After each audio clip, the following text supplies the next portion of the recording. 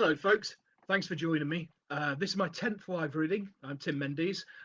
Tonight I will be reading my story, The Faces in the Fabric, from the Black Hare Press anthology, Lockdown Horror 2. It's currently available for free in ebook format. I'll tell you more about that later, but if you want to grab a hold of that copy, there is a link below. You can also buy it in a very, very cute mini book format. I mean, how dinky is that? It's lovely. Yeah, I'll tell you more about the book and Black Hare Press later after the reading. But for now, yeah, if you want to buy the book, just look below. I will be answering some questions afterwards, as is the usual drill. So if you have any questions, get them down. Just 1 second. Moderation.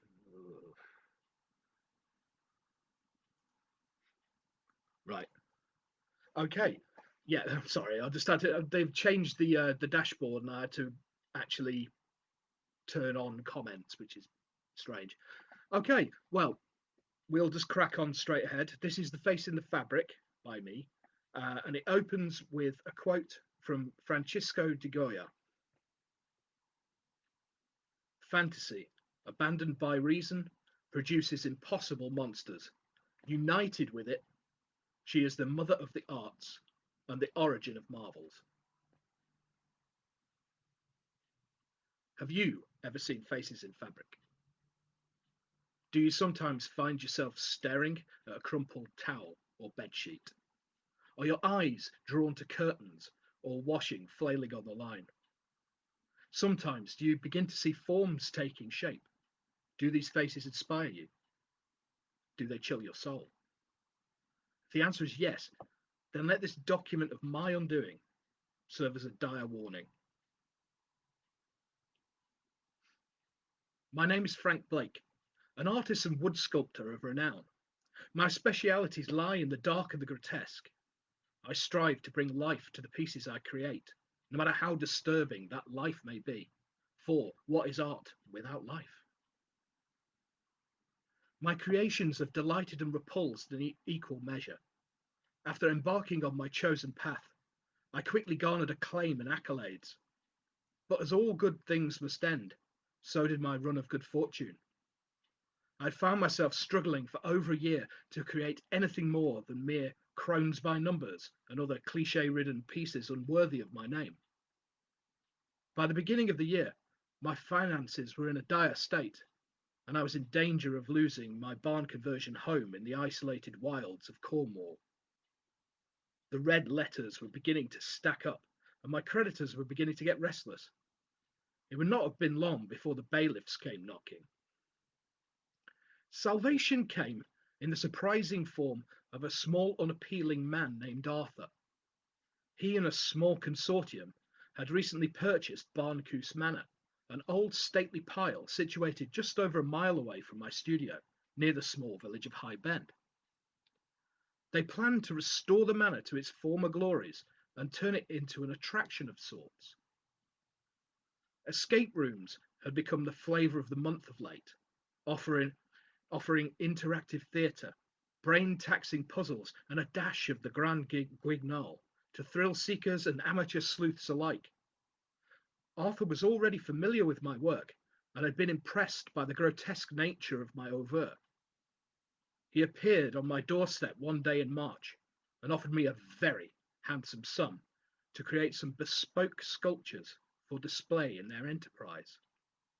Art, as he preferred to be known, was a strangely revolting little man with a distinctly toad-like appearance. He was the living embodiment of the term slimy.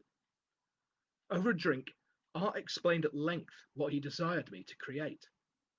I sat in uneasy fascination as I watched his thick, fleshy lips go up and down, his tongue slurping disgustingly. He wanted me to complete 3 sculptured portraits of a horrific and fantastic nature. I was given free rein over 2 of the 3 pieces.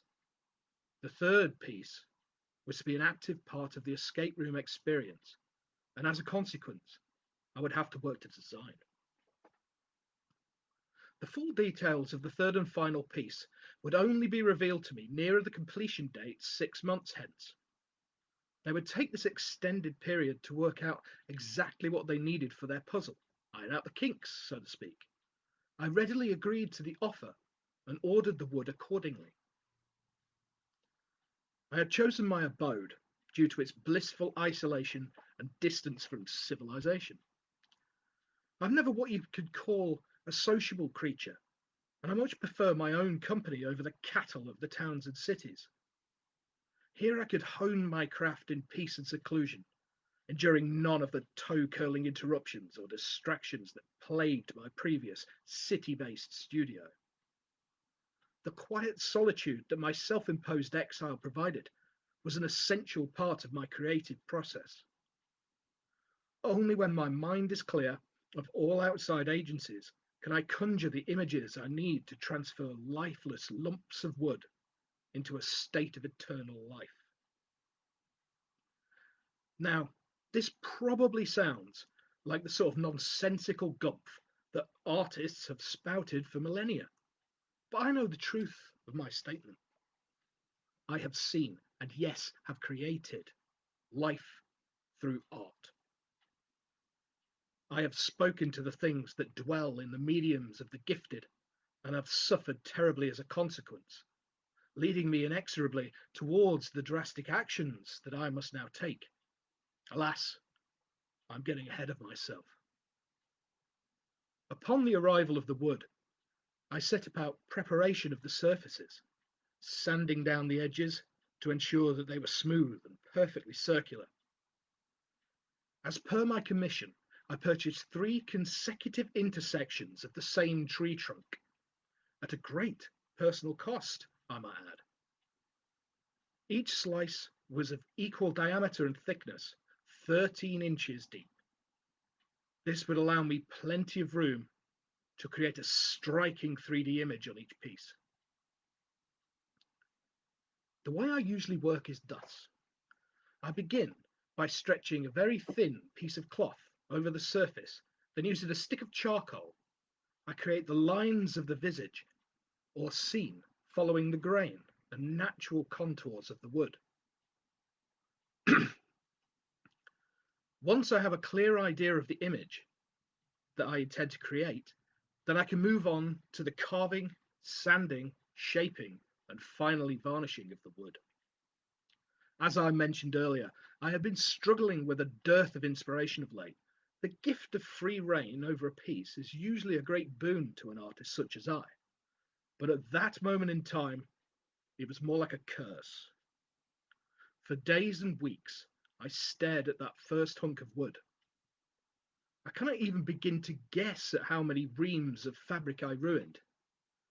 The mistakes were unceremoniously balled up and thrown into the corner of my studio, where they grew into a towering monument to my failure. More than a month passed, and I was no nearer completion than when I'd started. Desperation and anxiety had ballooned in my guts to a colossal size. My general practitioner had prescribed some powerful antidepressants and tranquilizers to soothe my screaming soul, but none of his pills and potions could aid my art. No matter what I did, I just couldn't decide on a picture. I'd grown so damn tired of the usual grotesque tropes: the staring-eyed, crooked old man, the hatchet-faced old crone.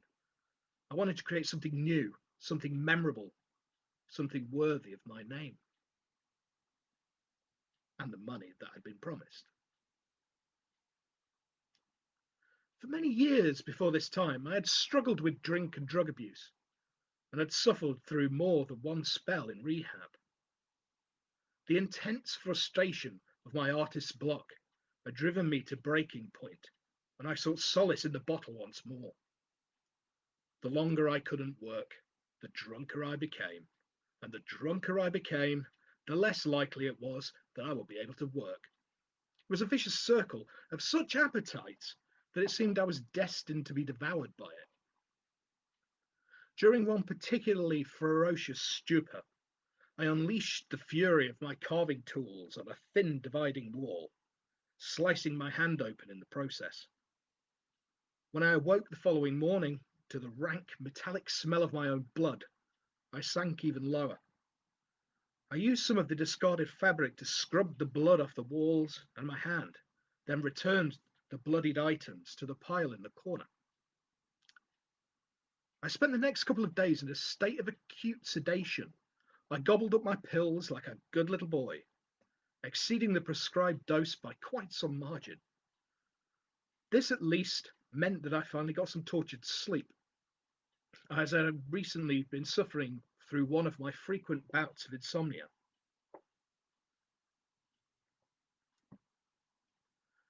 I must have spent days dazed and confused.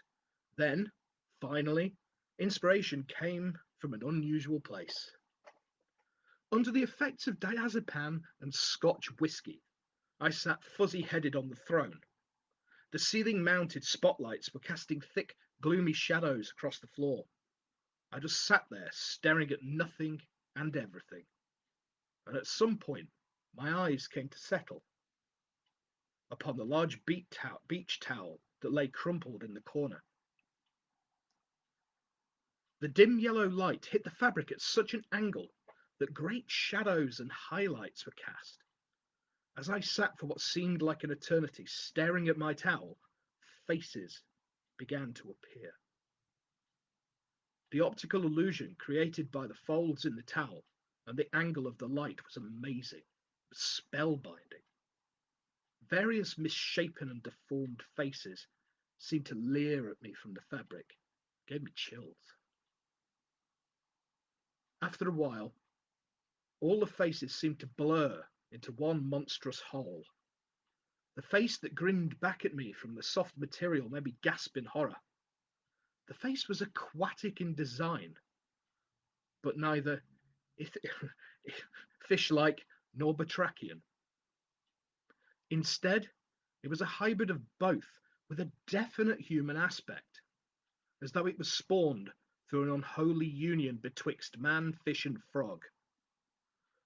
A row of sharp-pointed teeth lined the wide, fleshy mouth. The form was completed by a pair of hideously bulging eyes, scales, and the distinct suggestion of gills around the neck.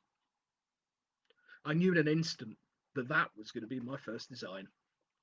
So, with the stub of a pencil that I kept in my pocket, I sketched the image onto a flattened toilet roll tube, then leapt into action.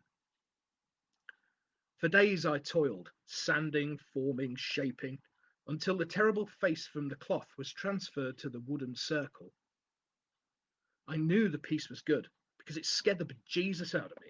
Wherever I went, the bulbous glassy eyes seemed to follow, the toothy grin smirking maliciously.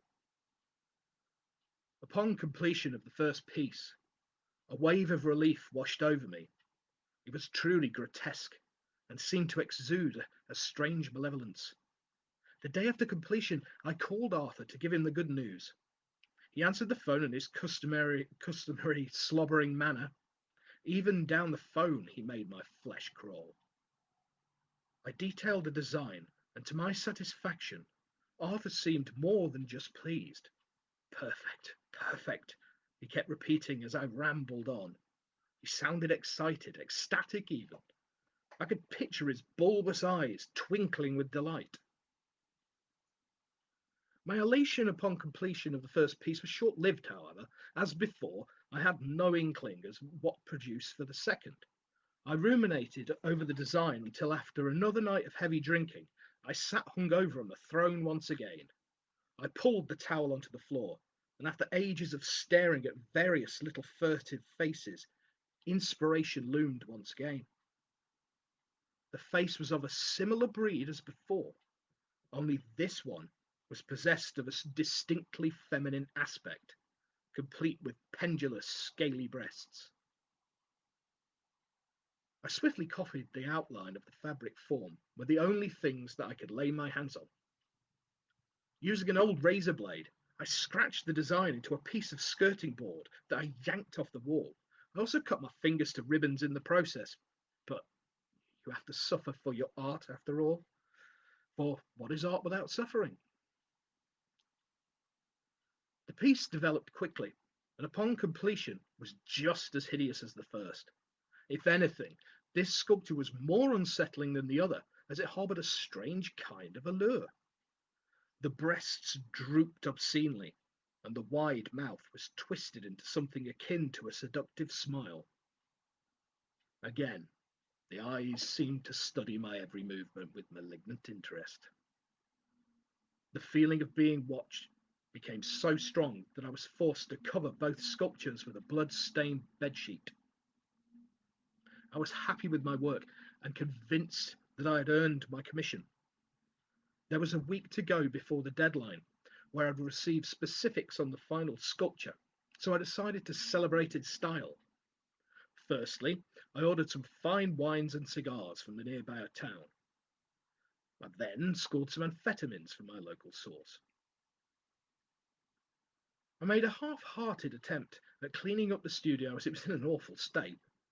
I always make a mess when I work, but this time was special.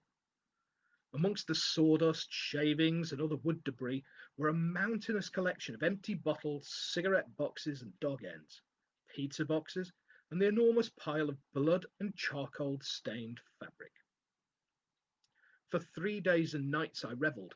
I drank, I snorted, I smoked until my body collapsed from exertion. I passed out on the studio floor. I have the vaguest recollection of awakening at some point, face to face with absolute horror. I was lying on the floor with my head facing the pile of discarded fabrics, and this time there was no delay between staring and the image materializing. The image was of a bulbous head with blank, staring eyes, and it was the rest of the face that was the worst. Huge, writhing tentacles spread from under the eyes. The loops and folds of the fabric, shaded with charcoal and blood, gave it an unnatural life. I remember thinking that I needed to get that image copied. Then all went black. When I finally woke from my stupor, it was to a nightmare. Next to my prone body was a scalpel, a bloody cloth, and a fragment of the mirror that I had put my fist through in frustration weeks before. The copper and iron smell of dried blood assaulted my sinuses. My chest was sticky and painful. I had carved the image from the fabric on my chest, using the mirror as a guide. I then pressed the cloth onto the wound, transferring the image in a similar way to a woodcut printing, or what children do with potatoes and poster paint. My chest hair was matted in globs of sticky dried blood, and the wound stung like hell. I grabbed some more of the fabric and tried to wipe away some of the clots. My fingers were a mess again, and as I sat up, I noticed a trail of red heading to my workbench. Panic seized my heart in a vice-like grip when I eyed the workbench. The last precious slice of wood had been carved. The monstrous face from the fabric stared back at me from the workbench, looking hungry. I stared in horror as the tentacles seemed to squirm and writhe, and the eyes seemed to burn like hot coals. I was entranced by the horrific sculpture, and only the sharp rapping at the door broke its spell. I quickly searched out and wore a black t-shirt to hide the bloodstains. Deep depression gripped me as I opened the door to find the misshapen form of Arthur standing in the rain. I honestly feared that I'd blown the contract by defacing the brother piece of wood to the others. I begrudgingly opened the door and let him in. Arthur didn't seem at all taken aback by the state of the studio, and either didn't see or care about the blood stains on the walls and the floor. His manner made me a trifle uncomfortable, as he eyed the two aquatic sculptures with a sort of manic glee. He kept muttering, "Perfect," to himself, as he wiped sweat and rainwater off his balding pate with a piece of discarded cloth.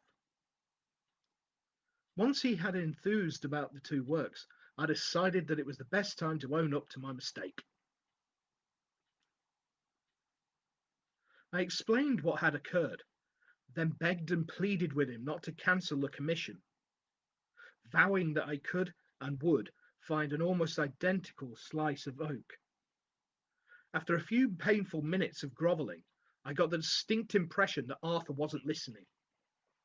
He was transfixed on the carving of the tentacled creature. After what felt like an age, he stuffed an envelope full of cash, more than initially agreed upon, in my bloodied hands. He commended me on a splendid job and explained that the third piece was perfect for their designs. After thanking me profusely, he gathered up the finished sculptures and left, a wide smile on his face. I was elated, confused, but elated, and after showering and dressing my wounds, I went to bed for a well-earned rest.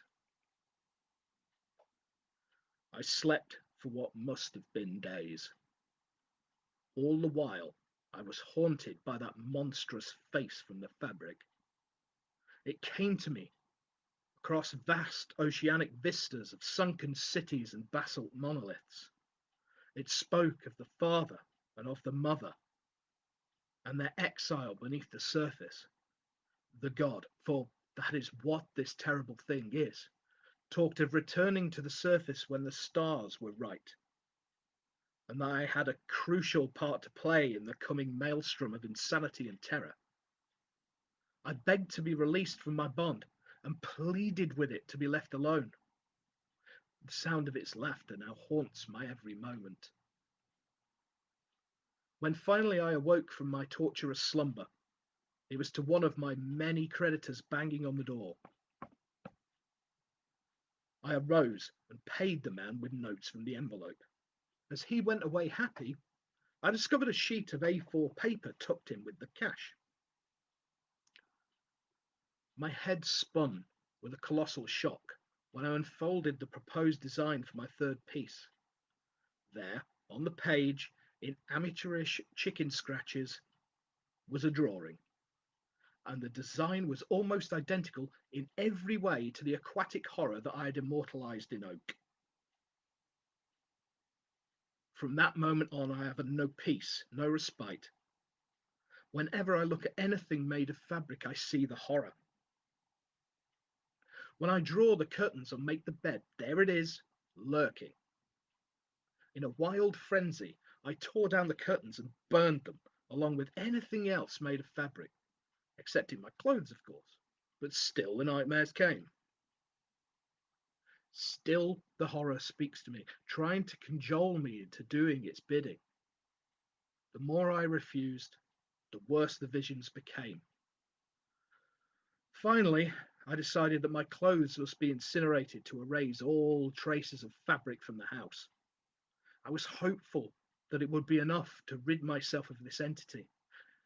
Sadly, I was wrong. I screamed in anguish as I stared into the bathroom mirror at the horrific face that stared back at me from the very fabric of my skin. I smashed it in despair and have been locked in my bare studio for almost a week now. The dreams continue to haunt me, and it has become clear that there is only one course of action to take. There is no other way to rid myself of that creature and its insidious influence. I have sharpened my carving tools in preparation of what must be done.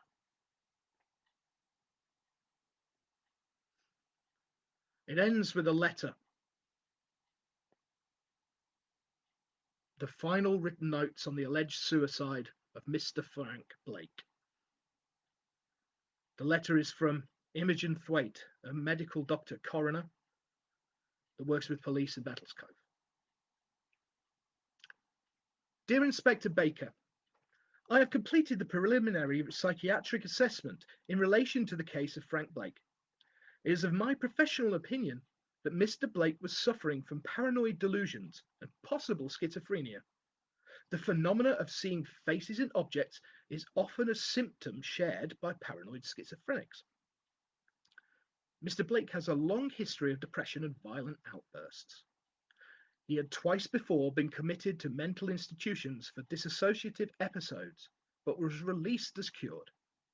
Along with the suspected schizophrenia, Mr. Blake has shown evidence of various personality disorders, such as histrionic grandiosity, narcissistic, and persecution complexes. From the medical report, I noticed that the cause of death was from a massive blood loss caused when Mr. Blake nicked an artery while trying to remove the face from his chest by effectively skinning himself. This was obviously brought on by hallucination and the substance abuse that he had recently relapsed into. I am confident to give the opinion that Mr. Blake was insane at the time of taking his own life, and hereby release his body to his relations. P.S. If you manage to track down this Arthur, let me know. I'm interested in viewing Mr. Blake's work, though, as we discussed, I'm almost sure that the man is merely another delusion. The end. Thank you. That was strange. I've not actually read a one in first person before. That was, yeah, it was different, but yeah. Thank you. That was The Face in the Fabric, and it comes from the Black Hare Press anthology, Lockdown Horror 2. It's actually available for free at the moment. Like I said before, the link is underneath, but I will read it out as well. If you want to get the free ebook Kindle copy, go to https and double dots forward, you know the usual thing. Then books to read, lockdown horror 2. If you want one of these very attractive paperbacks, use the link at the bottom, which is getbook.at, lockdown horror 2, all one word, all lowercase.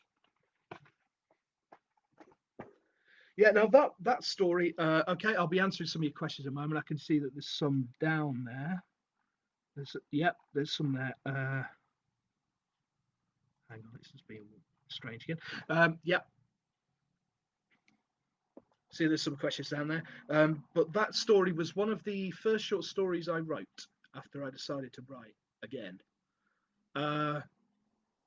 As usual for me, I did it all completely backwards. And the first thing I decided to write when I decided to have a proper crack at it was a full-length novel. And as learning curves go, that was pretty steep. But this is, along with another piece that hasn't been published yet, but has taken on a different life. This was one of the first pieces I wrote. Obviously, it's been through several different drafts and incarnations, but yeah, so I'm really pleased this one found a home. And Black Hare Press always have a knack for doing some really nice covers.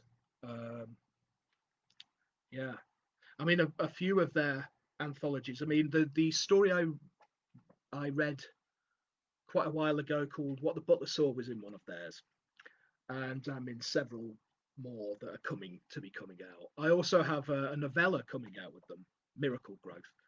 I'm really looking forward to see what they come up with for the cover from that. For that, yeah. I also discovered earlier that for any of you proud kilt-wearing folks out there, this book fits nicely in your sporran. What more do you want? Okay.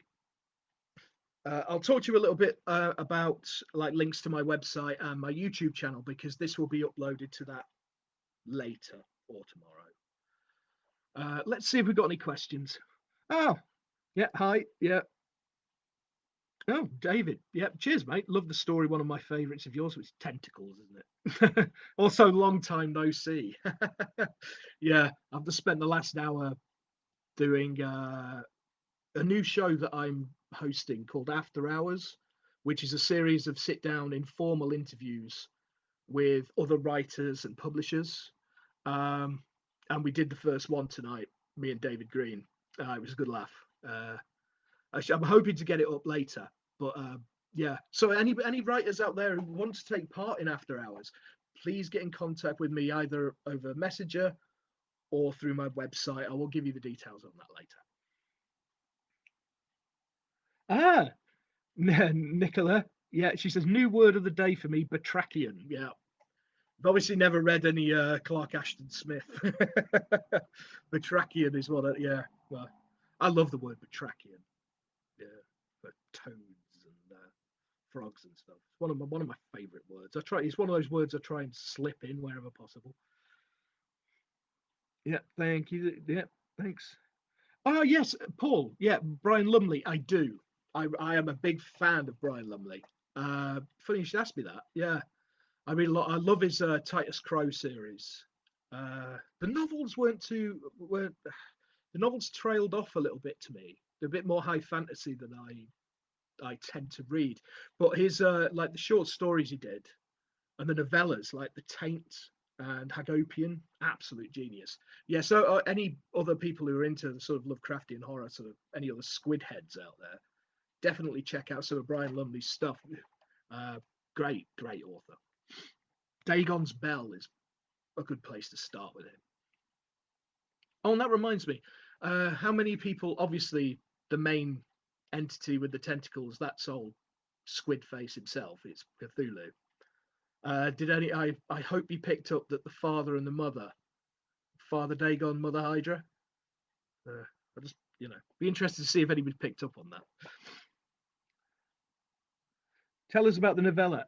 Yeah, it's called Miracle Growth, and I don't want to give too much away, but what I will say was, it is how I imagine Day of the Triffids, written by H.P. Lovecraft, and then turned into a film by Simon Pegg and Edgar Wright.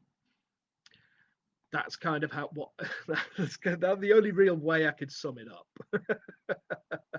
Yeah, it's another one of my quite bonkers pieces. I'm really proud of it. It's a lot of fun. Yeah. Thank you. Yeah, thank you. Yes. Forget to ask plans for a new novel. Well, most of my novellas and a lot of my short stories do all fit together. There is plans to, but first with the short story collection. A lot of the novellas are linked as well. But yes, I do have plans, and yeah, I've got some quite interesting plans for tying up that whole thing. I'm just loving seeing where it goes because I think I've mentioned before, I'm not really a plotter. I'm what they call a pantser, and I just like to see where things go. And that's kind of what I'm doing with these. As long as I still enjoy doing it, and people seem to enjoy them, you know, it's great. It's great. I love it. I wish I could live there, although probably not. Okay. Right. Yeah, I think I've answered everything on there. So I'm going to start winding down because I'm taking part in a Lovecraft round table very shortly as well. Um, okay, if you want to check out my website, all my previous videos are on there as well as on my Facebook page. There's a whole bunch of links on there. It took ages. It was a nightmare. But it's worth it. Very worth it. It's timmendeswriter.wordpress.com. Okay. And like I said, this will be being uploaded to YouTube along with all the other stuff. That's tinyurl.com, Tim Mendees YouTube. Okay. Right. And like I said, that was from Lockdown Horror 2 from Black Hare Press. You can get it for free. Like, what are you waiting for? So yeah, that's books to read / lockdown horror 2. All the links should be underneath in the product in the video information. You can also, if you want one of those really nice little books, getbook.at / lockdown horror 2. And there you go. Thank you for tuning in again. It's been a blast. Thanks. And I will see you all soon. Good night.